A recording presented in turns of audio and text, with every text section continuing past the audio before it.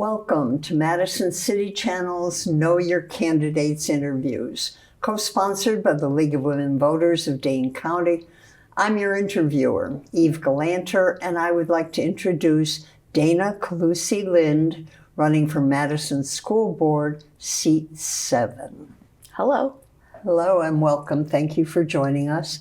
As we begin, would you please give an opening statement about your educational, vocational, and civic experience that you have that prepares you for this office and why you're running for the school board? Sure.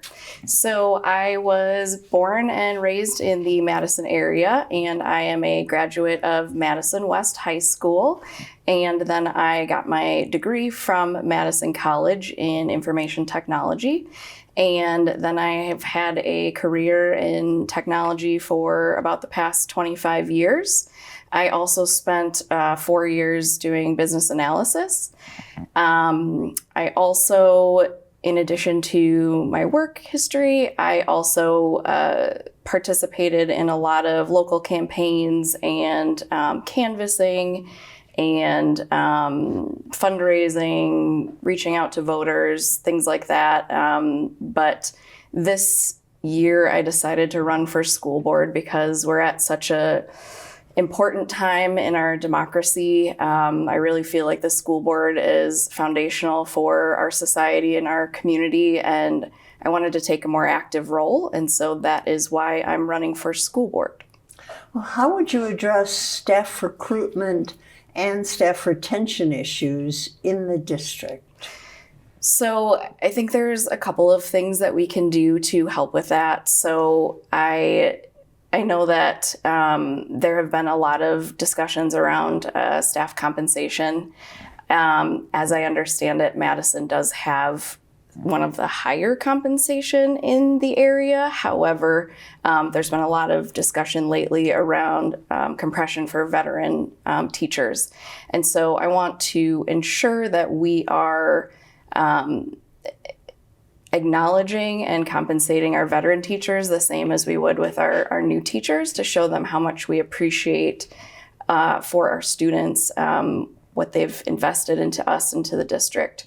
So I think we can start with the compensation, but then in terms of retention, additional learning opportunities, making sure we're listening to teachers when they share safety issues with us or curriculum concerns or behavioral issues like that, make sure that we're really supporting them as they support the children in our district and educate them.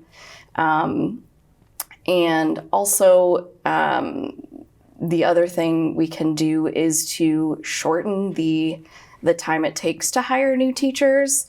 As I understand it, the HR process is somewhat lengthy, and so if we can streamline that, which is something I'm very familiar with, having a green belt in process improvement, I think that it'll make it much easier to attract new teachers and make sure that we're holding on to the ones that, the great ones, so that they don't get snatched up during the course of our hiring process. Do you think the district should make any changes to its policies concerning out-of-school suspensions at the middle and high school levels? I think that we definitely should not be having out-of-school suspensions. I think that there are better ways to approach behavioral issues, such as restorative justice, making sure that we're focusing on communication and growth and really listening to the students and what their needs are that are not necessarily being met, and making sure that we can help redirect them rather than just punish them. I think that that has a detrimental effect on students. And so I think that it's better to have them in school if at all possible. How would you evaluate the district's efforts to improve literacy proficiency? And is there more you think the district needs to be doing? Absolutely. I have seen the data. I'm a very big data-driven decision-making person with my analyst background. And over the last 20 years, the literacy rate for students of color and students with disability has remained very low and very flat.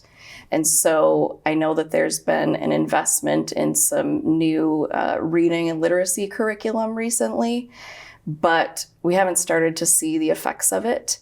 And so I think we can do more. One of the big things that I have been working on for the last month is meeting with folks in the community from literacy groups to see if there's any supplemental support that they can give to us either inside or outside of school that we can partner with them on.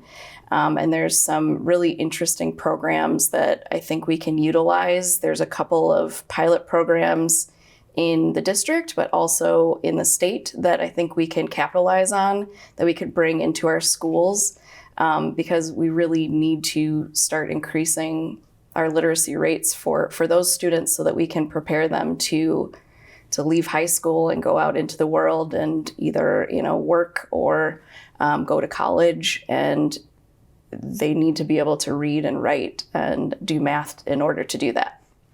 Now, when faced with making difficult, controversial decisions, how will you ensure that you're getting input from residents with a broad range of perspectives?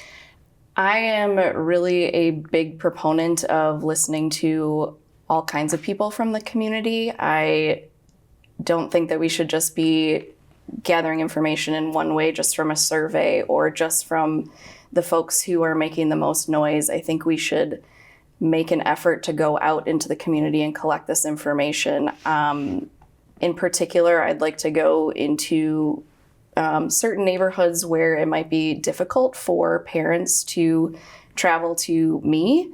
And so I'd like to have listening sessions within, historically marginalized neighborhoods, historically marginalized communities, so that they also have a voice and a seat at the table, and get a lot of different opinions on an issue to help guide my decisions. Now, please tell us about other priorities for your term in office that we haven't yet addressed and how you would propose addressing them. Sure. So one of the big concerns that I've heard in talking to my neighbors, and that I've felt as a resident of Madison, is the high property taxes. I think that is something that we need to look at changing the budgetary formula in the state. And so I really want to partner with local and state officials to advocate for changing that funding formula, so that we don't have to rely as much on property taxes, and to make it much more affordable for families to live here and to move here and come to our great schools. The other thing that I would like to focus on around that is we've asked for a lot of money with referendums lately, and it's obviously very needed in the schools. However, I think that there is not a ton of visibility into how that money is being spent and where it's being spent, and what our goals are with the money and what the outcomes are of our investments thus far. And so that's something I really want to open up and make visible to people and accessible to people, because it's pretty complicated. And so I think with my analyst background, I can break it down into a much more digestible format, so that everybody can feel really good about the investment that they've made thus far. Did you have another question? Well, what would you like to say to the viewing audience as we complete the interview? Sure. So the last thing that I wanted to focus on was, I have a background in technology. I think that's a unique perspective that I would bring to the board. And because of my experience in technology, I have quite a concern for our lack of an AI policy within the district. It's extremely accessible to children and students right now, and I think it is our responsibility as within the board to guide them in how to use it properly and to ensure that we're not dulling their critical thinking skills, and that they understand how to use it responsibly, and also to not use it to bully one another. So that is one of the policies that I want to enact very soon after I get into office. And I also can use my technology background to evaluate additional curriculum for classroom usage with the applications that students are using.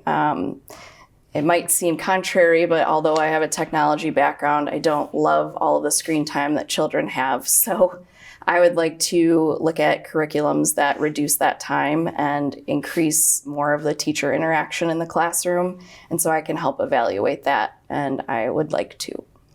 Thank you. Thank you. I want to thank Dana Colussi-Lynde for speaking with us, and thank the viewing audience for taking the time to know your candidates. I want to remind everyone that the election is Tuesday, April 7th. Every election is important. Please vote. On behalf of Madison City Channel and the League of Women Voters of Dane County, I thank you for joining us.